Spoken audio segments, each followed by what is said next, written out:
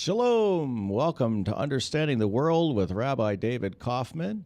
I am pleased to have not only our normal co-host, Mark Finkelstein, joining me in the studio today, but also Pastor M.D. Eppright of Faith Tabernacle Church in West Des Moines. Once again, we're thankful for our show sponsor, Dr. Ronald Bergman, and Bergman Folkers Cosmetic Surgery and Spa.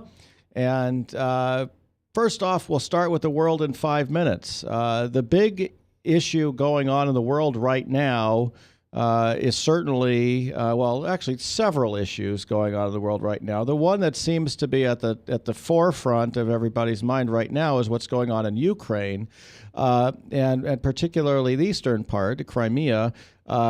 The reason for that is very simple. This has been a place that has been the cause of numerous conflicts, or at least the front line of conflicts between the East and the West, literally, for the last 161 years. I wrote about it on my blog today.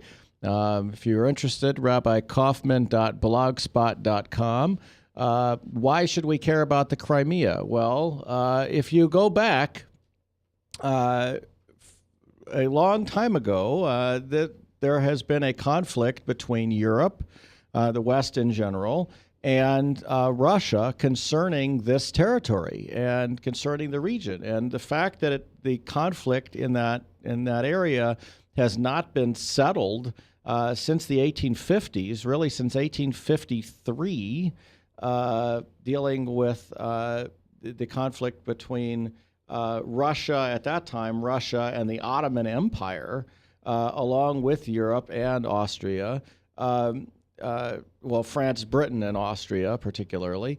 The conflict has simply continued, and it hasn't been settled. The eastern part of Ukraine, particularly places like Sevastopol, not only is overwhelmingly, if not entirely, Russian-speaking, Russian-affiliated population of Ukraine, but there's also a giant Russian naval base there with a lease until 2042 and 15,000 Russian naval personnel and soldiers and support personnel sitting there in Sevastopol. So when you think about Ukraine and you say, oh, it's not Russia, the Russians should stay out of Ukraine, you have no idea what's going on. The Russians are there. And there are also Europeans there. And there are also a population of Ukrainians who want to be connected to Europe and not to Russia, for the most part. So it's a very complicated situation. I'd urge you to read the article, rabbikaufman.blogspot.com, with a little bit of historical background, because those who don't know their history are doomed to repeat it. In addition to what's going on in the Ukraine, a similar conflict is going on in Syria. It is not a brand new conflict. It has been going on for a very long time. But in Syria, we have various groups that are vying for control. And they're not only vying for control in a modern sense, they're vying for control in the same way that they've been vying for control over the last multiple hundred years. And in a Syrian city in the north, a city called Raqqa, which has a significant Christian population in addition to a Muslim population, the city has been under the control of the Islamic State of Iraq and the Levant, which is a Muslim militant group.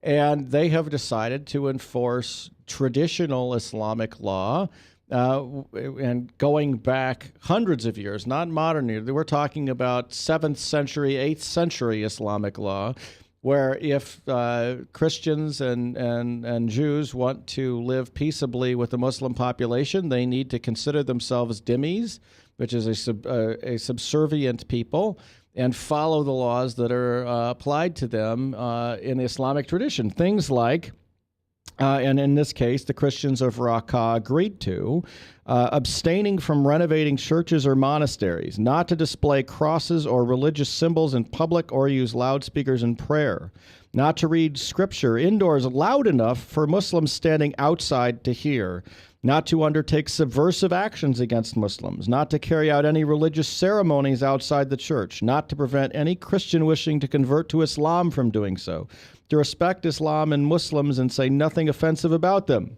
to pay the jizya tax worth 4 golden dinars for the rich, 2 for the average, and 1 for the poor twice annually. This is something that is only applicable to dhimmi populations. It's a tax on non-Muslims.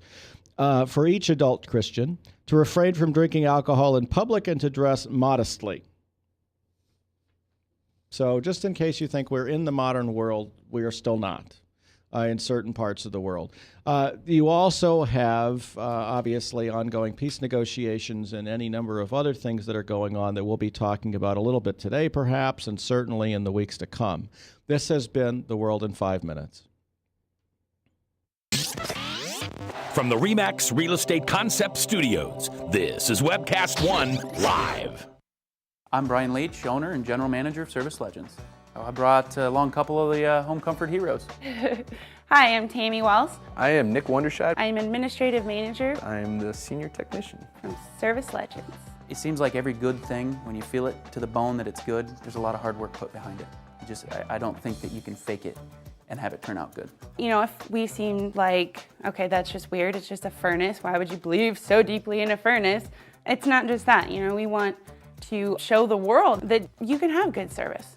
Yeah, I mean, it's your home. You know, it's built into our daily trainings, it's built into our culture, that we're gonna do whatever it takes to have each client say they love us, period. That's why we spend all the hours in the training that we do. And if we guarantee it's gonna be a good experience for you, or else it's free, what type of work do you think we're gonna do? There is a guarantee. Temperature selection guarantee, fixed right or it's free guarantee, comfort guarantee, best value guarantee. All of these guarantees hold us accountable to ensuring that we exceed your expectations. And if for whatever reason we'd fail and we can't make it right, we guarantee all of those guarantees with a 100% money back guarantee. I mean, if you don't think that your technician